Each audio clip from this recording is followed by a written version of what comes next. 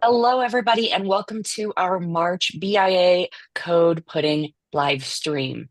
My name is Tiffany Hall. I'm an alumni of TripleTen Software Engineering Program.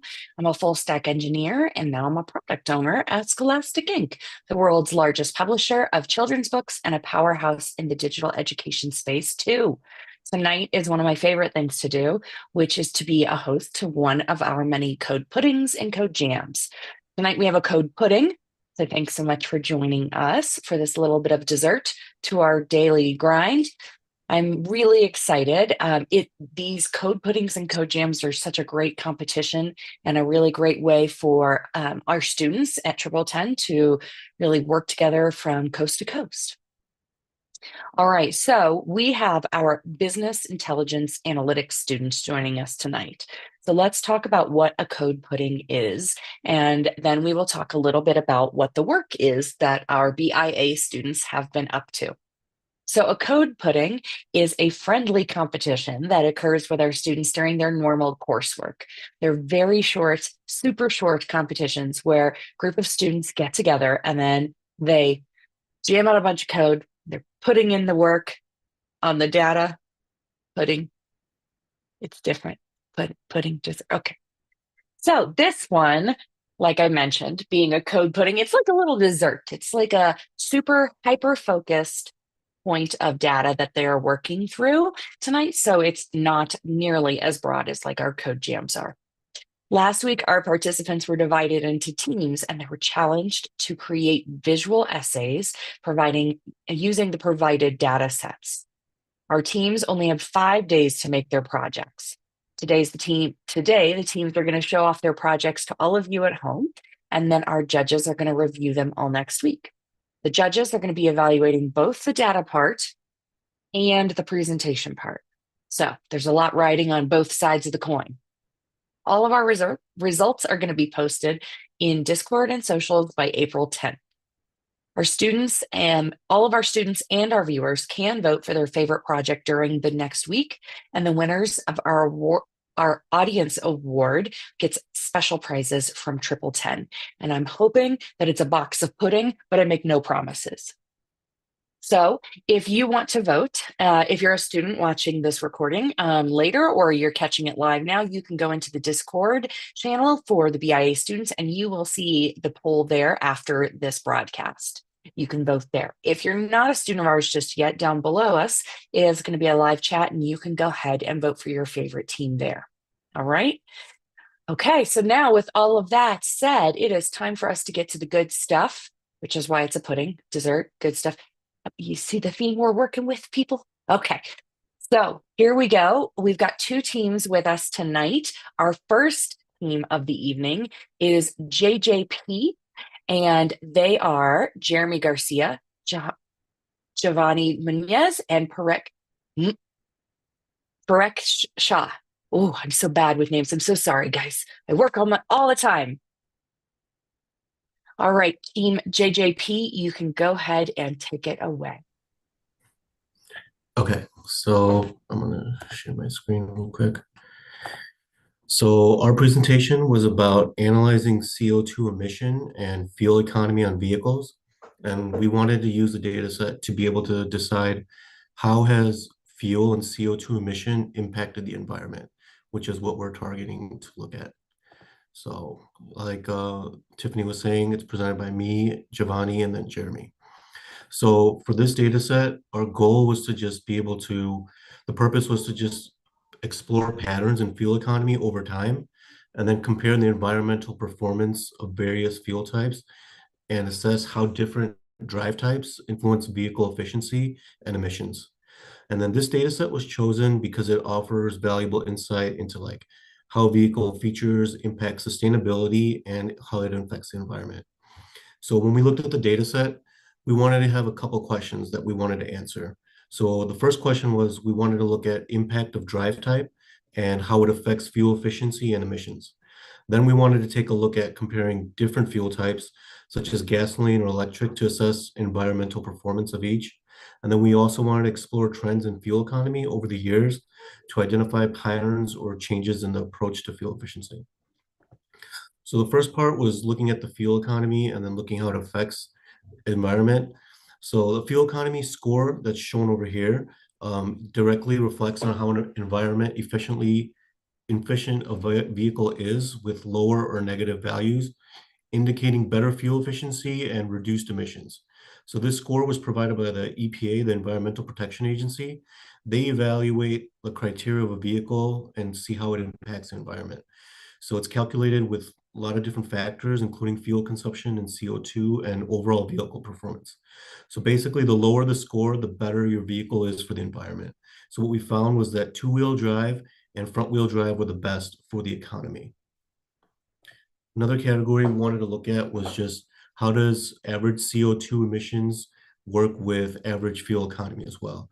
So we were able to look through here. So the blue dots here, that's going to be for average CO2 emissions, and then the orange dots represent average miles per gallon. So I was able to find that the best option would be front wheel drive for the environment in terms of average fuel economy, and then for CO2 emission reduction. And then also all-wheel drive was a close second that we were able to find.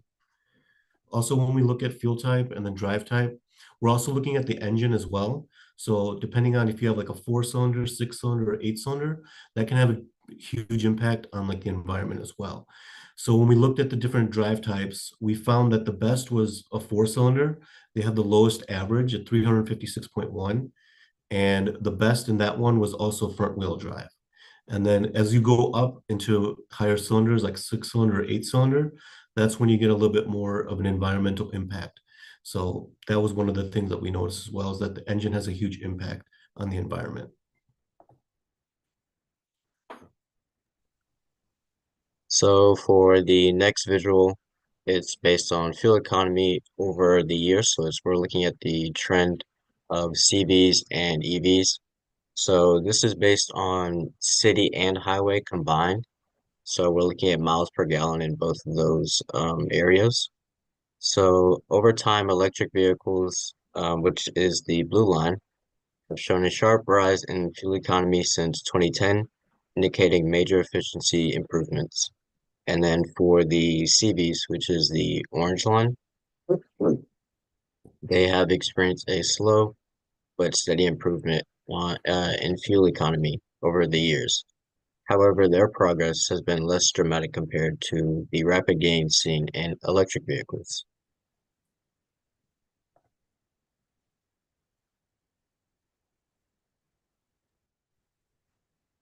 Okay, so this slide is based off CO2 emissions and fuel economy. So the blue is going to represent the CO2 emissions for fuel type, and the green line is going to be for mileage per gallon for the city. So you can see that electric is the cleanest and most efficient fuel type.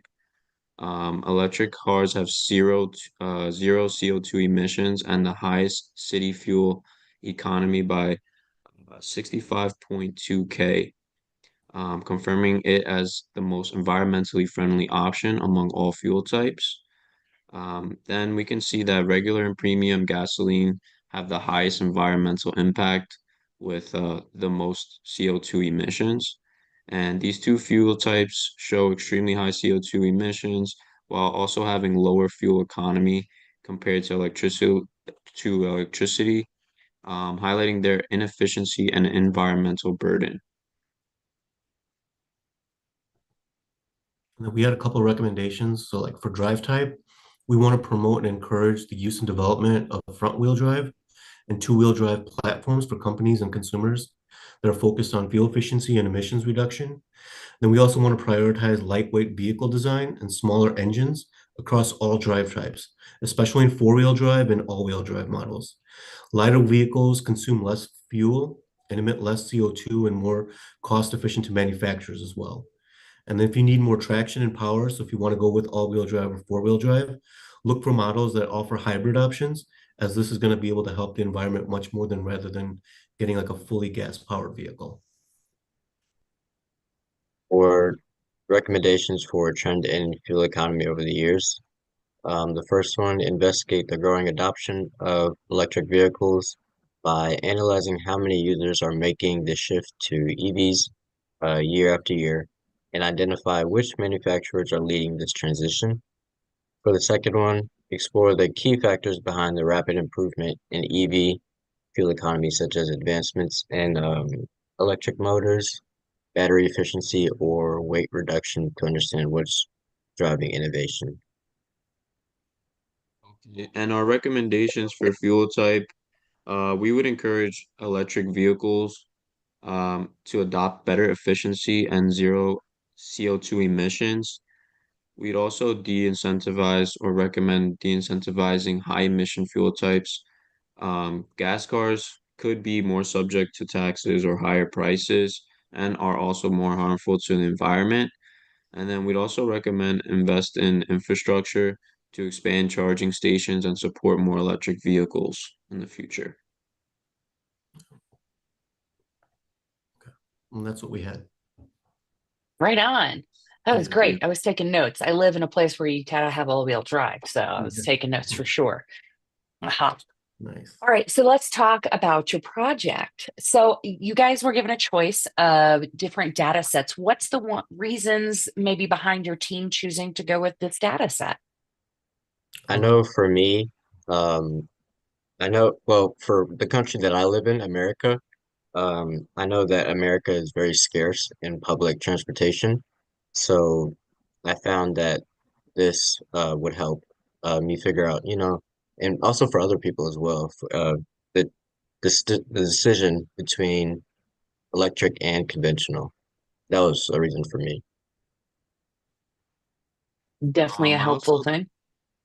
I also thought it was interesting because I I tend to gravitate towards gas cars more than electric cars. And I know that in the past in America, they were trying to mandate electric vehicles. And I kind of see as to why they tried to for the efficiency purpose and, being better with better eco-friendly option than, gas. But it's just good to see the comparison and see why we would choose an electric vehicle over a gas vehicle. Yeah, and for me, it was just really interesting to see basically how the environment's affected by different types of cars that we have.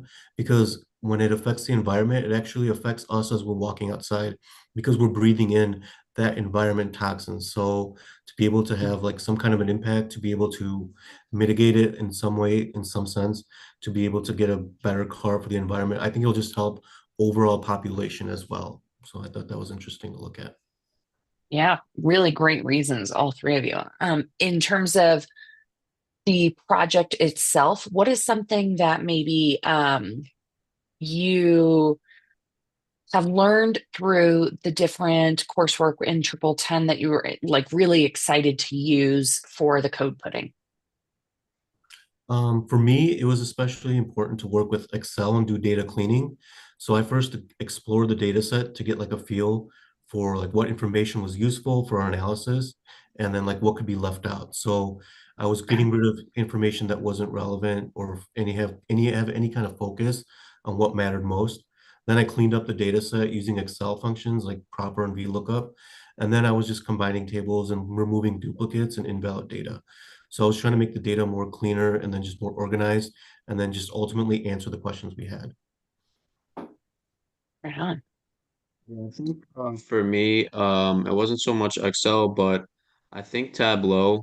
I feel like this was a great opportunity to work on visualizations within Tableau and mess around to, make visualizations that are easy to read and something that, could be seen by other people as this is a good chart and we can read it and we can see what you guys are trying to explain.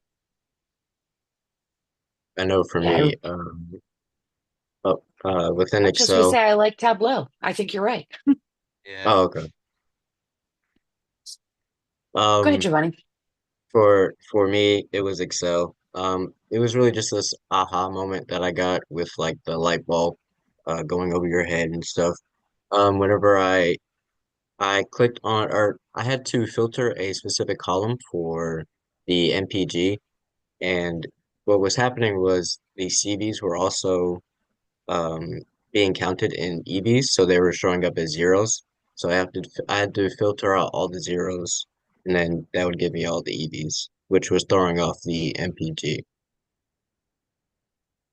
Well, that makes my heart fill with LOVE, just having students find that moment where it all kind of blends together. That is one of Yeah. the best parts. So I'm really glad to hear that. All right. Well, gentlemen, thank you very much for your time and presentation tonight. That is group JJP, and that is Jeremy Garcia, Giovanni Munoz, and Parek Shah. Thank you. Thank you. You. All right. And our second and last team of the evening, but certainly not the least, is Team ERF, the Earthquake Relief Fund. Okay. And so that is our team tonight is Al Pena, Carlos De Paz, and Jeremy Bell.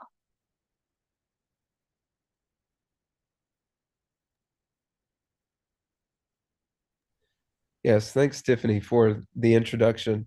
I'm going to do a brief intro because our presentation was little video segments where we go through our data. So I'll give a brief intro and you all can have just a slice of what we're going to talk about. So let me get this going. Okay. All right.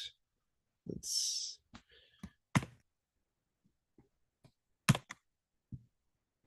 Okay, so we are the ERF, Earthquake Relief Fund. So this is dealing with an earthquake data set from Kaggle that we found. So these are our members, Earthquake Relief Fund. So the introduction, we chose this data set from Kaggle. In this scenario, we wanted to create a whole situation. So we're a team, we're actually data analysts. We're working for a nonprofit disaster relief organization. And what we wanted to do is identify different regions in the most need of aid due to the impact of these earthquakes. So our objective was to highlight select countries that were significantly affected and make a data-driven case for why these areas should receive funding. So each one of us took a different approach and focused on different parts of the data to tell a compelling story. So the last thing I'll talk about is just why we chose it. So we chose it because as a whole, it seemed to be the most appealing to all of us. I don't know if any of us knew anything about earthquakes, but it just seemed pretty neat. But it also has real world implications, especially in the news. There was one not too long ago, just recently, and just devastating effects. So with this, I think the data set, we all think that there's real decisions that could be made based on this data set. There was so much we wanted to highlight.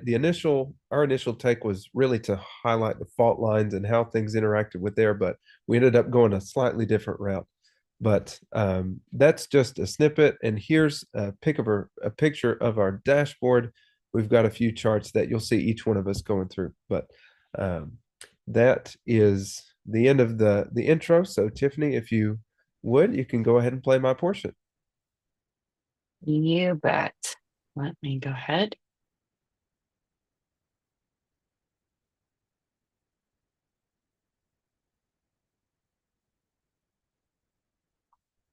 To the next portion of our presentation, where we focus and highlight upon the intensity of these earthquake events. As we've already noted, there are areas of great concern.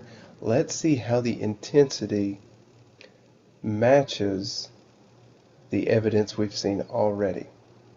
We have two measurements here, MMI and CDI. They're both ways of measuring the intensity of earthquakes. MMI is used for a long time. It's more of a subjective way of measuring the effects of earthquakes. So they'll measure the effects of people, places, structures after the fact. But with CDI, it's a survey that's sent to individuals after an earthquake, and they'll respond and provide more objective facts concerning how they were affected and how everything around them was affected. Let's look here at the trajectory. Pretty steady decline with the MMI. However, a unique incline and increase with the CDI. So let's talk about that. With CDI, it is relatively new. So that means it wasn't implemented as early as MMI. It came about later. But notice the trend. Once it took off, it gained a great foothold. And then by the end of our timeline here, it's exceeding the MMI rating. So what this means is that we have more objective evidence of the intensity of these earthquake events and the devastation that they cause. So tied with these areas of great concern, this further supports the motion that we should be allocating funds to areas like Indonesia, who are hit constantly, it seems like, by various earthquakes, and the intensity is so great. So what this means is this data is clearly telling us not only areas of impact, but the intensity, the devastation of these events.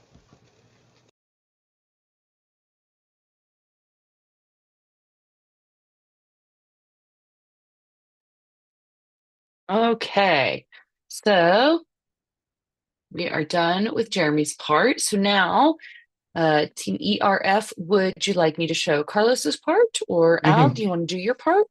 we can continue with Carlos's part, and then I'll wrap it all up for the team. You bet. All right. Mr. Carlos.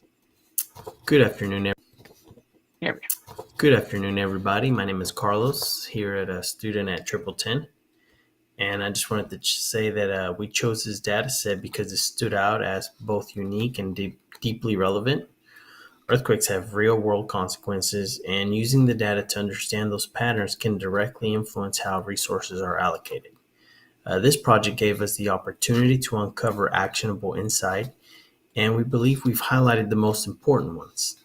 That being said, if we have more time, we'd like to explore some additional layers of this data, especially around the global faults and lines and seismic origins.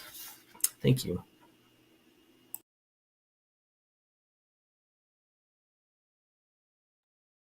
So, oopsies, I think I slotted the second video instead of the first video for Carlos. I think I just Oh. sent it over uh, to Dennis, but I'll go ahead and post that in the chat real quick. It's the same platform. Okay. That's my cut. But this is where Carlos will actually be delving into the data and giving his You case. bet. All right, we're going to go back to Carlos. So continuing on, I'm going to focus on two charts today. The first one here is the number of earthquakes per country, and we've got it sorted from highest to lowest. So Indonesia here being the country most prone to earthquakes by a lot. So that's, one of the reasons we want to bring this worldwide attention, because we know how devastating natural disasters are. So this is one chart. The second chart I was going to focus on is essentially the same data, just plotted here on a world map, so we can see the location of the earthquakes, and we also got some magnitudes on here. But we did want to point out one of the correlations, and there might be more, but one of the obvious correlations is a lot of the earthquakes are based off the coastal countries, more towards the ocean. So something we can dive deeper into, maybe some fault lines or something like that, but definitely a correlation between the coastal countries and the earthquakes. So yeah, that's the second chart.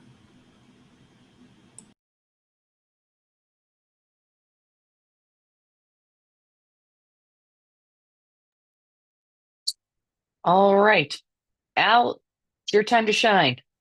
It is my time to shine. Thank you, Tiffany. You bet.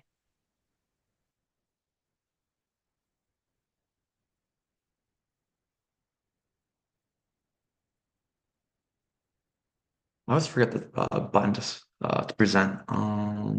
Here we go. Just wanting to confirm, can everybody see my my slides?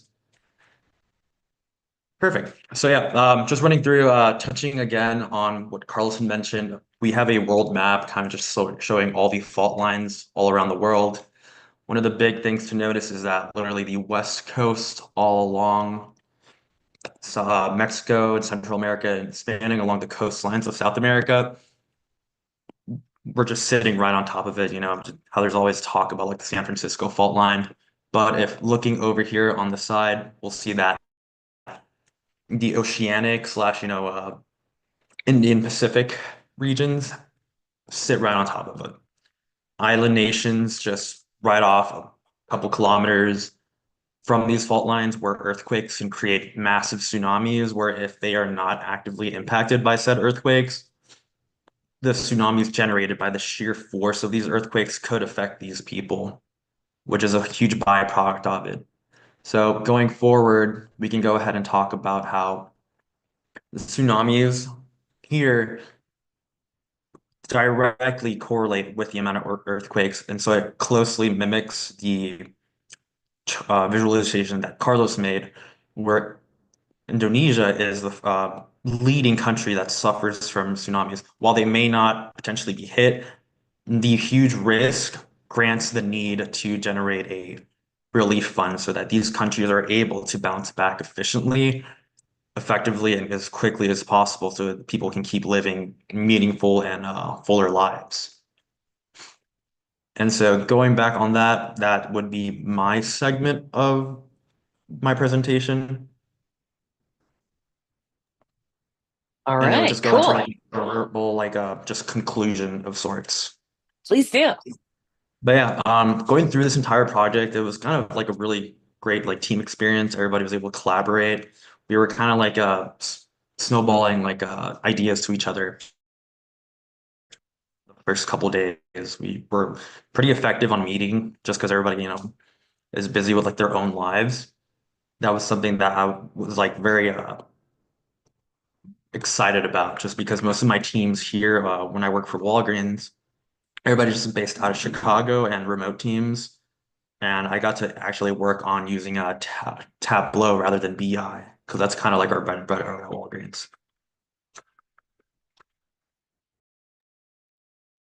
All right.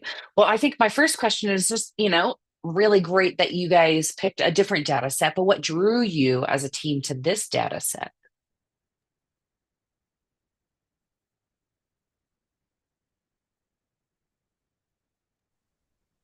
So I'd say we were all kind of just like we kind of talked about like two I believe it was like the earthquakes. I think it was 2, 5, and 7 if I'm not mistaken. But 5 being the data set for earthquakes, that was one thing that we all kind of like drew all of our attention. Mm, Earthquakes are just like a universal thing. It's not just something that just happens off in like a faraway land. It happens right in our backyard. yeah. People, especially for people who live in California, it's like a huge thing.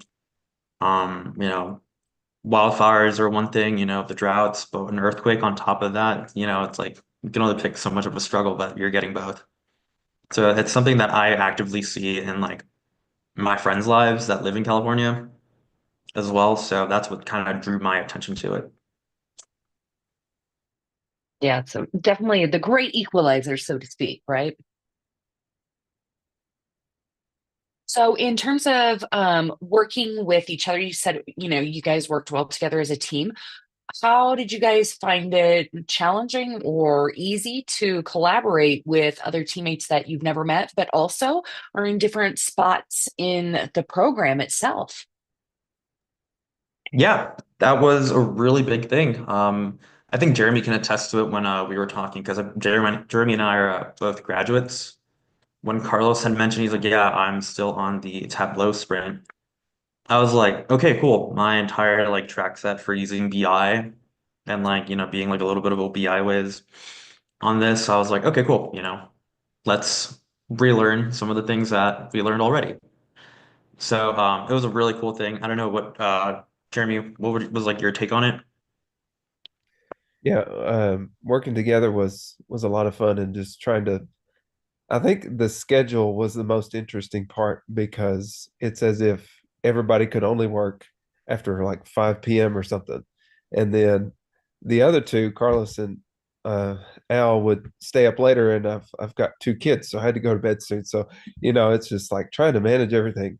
But when I would hop back on, they had some discussion, so I would like pick up on it and just trying to figure things out. We spent a lot of time cleaning the data first, and Al came up with some miraculous formula that put in missing values on the location, which was huge in delineating the map.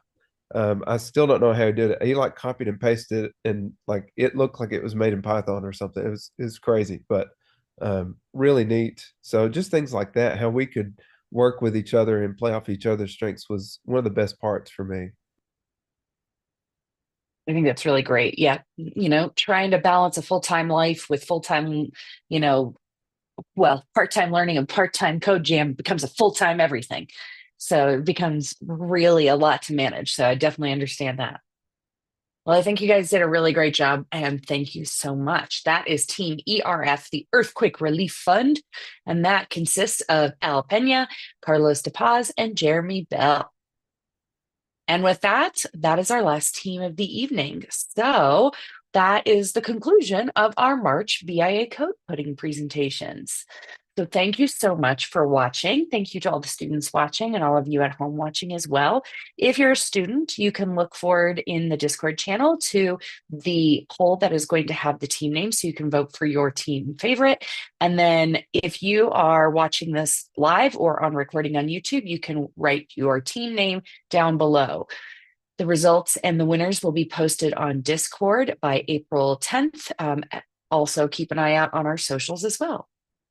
I want to take a moment to send some special thanks to everyone who helps organize all of the code puddings and code jams and works behind the scenes.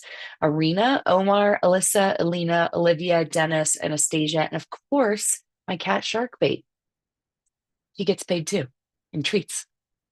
Thank you again for all of you guys showing up tonight to present. It takes a lot of work and time and dedication. So it's certainly always wonderful to see the fruit of your labor in this type of setting in front of everybody. So I appreciate your enthusiasm and your courage. My name is Tiffany Hall. You can find me at Tiffany Codes on Instagram, and you could probably find Sharkbait teaching some masterclass online on the art of looking unimpressed. Thanks so much, and I will see you guys next time.